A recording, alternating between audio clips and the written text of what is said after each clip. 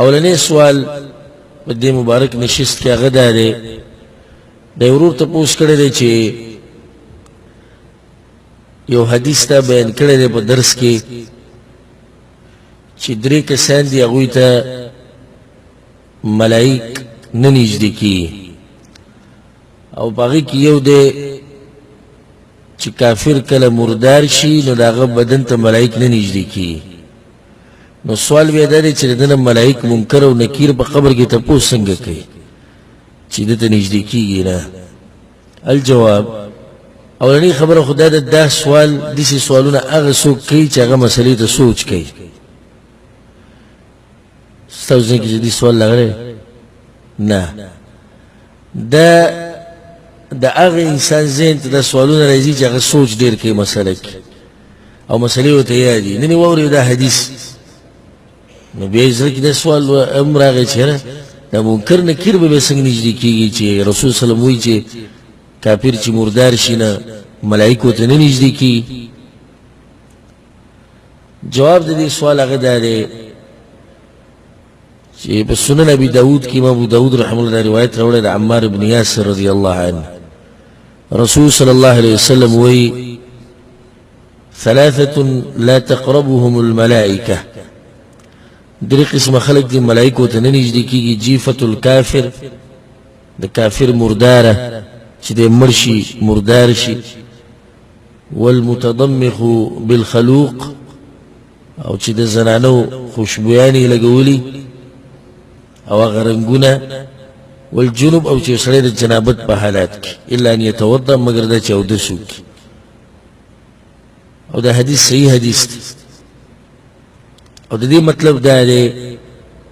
چې د رحمت ملائکو ته نه نږدې کېږي د رحمت ملائک برکت والا ملائک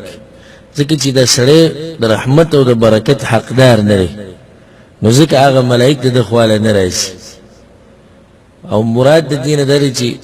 دا خبر رسول صلی الله علیه وسلم دې لپاره وکړه چې دا خلک د دوی د کارونو نه او د دوی نه ځان ساتي یو روایت کې ورسره دا راځي امام بیهقي رحمه الله دا روایت راوړی او د حدیثو دا علم ډېر ناشنا علم دی خو په دې باندې هغه سړی پوهېږي چې د حدیثو سره یې تعلق او بیا د اهل الحدیثو سره یې تعلق په دې باندې هغه پوهېږي یو حدیث کې دا راځي ښه واضح حدیث ثلاثة لا تقربهم الملائکة بخیر درې قسمه خلک دي چې ملائکو ته نه نږدې کېږي د خیر په ارادې سره یعنې دې نه علاوه ملائک راتلی شي خو د خیر دپاره نه هر چې ملک الموت ته او دغه دوه ملائک چې کوم لیکل کوي کرامن کاتبین او دغه شان د عذاب ملائک او منکر او نکیر دوی راځي دوی بدنه تپوس کوي تاسو ته یو بل حدیث بیان کوم ابو طلحه رضی الله عنه روایت ته په صحیح بخاري صحیح مسلم کې شته رسول صلی الله علیه وسلم لا تدخل الملائکه بیتا فيه كلب ولا صوره هغه کور ته ملائک نه ننوځي چې پای کې تصویرانې او پای کې سپی نو امام نووي رحمه الله صحیح مسلم په شرح کې دا خبره کړې ده چې دلته مراد اما هؤلاء الملائکه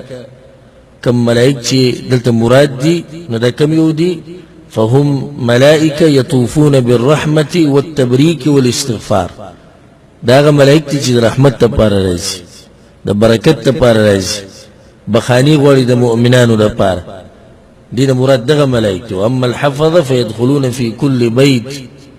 هر چې هغه ملائک دي چې هغوی اعمال لیکي نو دوی هر کور ته ننوځي هغوی به کې دې ته نه ګوري چې دې کور کې سپی دی او په دې کور کې تصویر دی واضح شو دا سوال که نه نو مراد تی کم ملائک شو مراد ملائک د رحمت ملائک د برکت او هغه چې مؤمنانو لپاره بخاني غواړي هغه ملائک د ته نه نږدې کېږي نور د عذاب ملائک او د مرګ ملک او دغه شان منکر و نکیر دا به ورته نږدې کېږي والله اعلم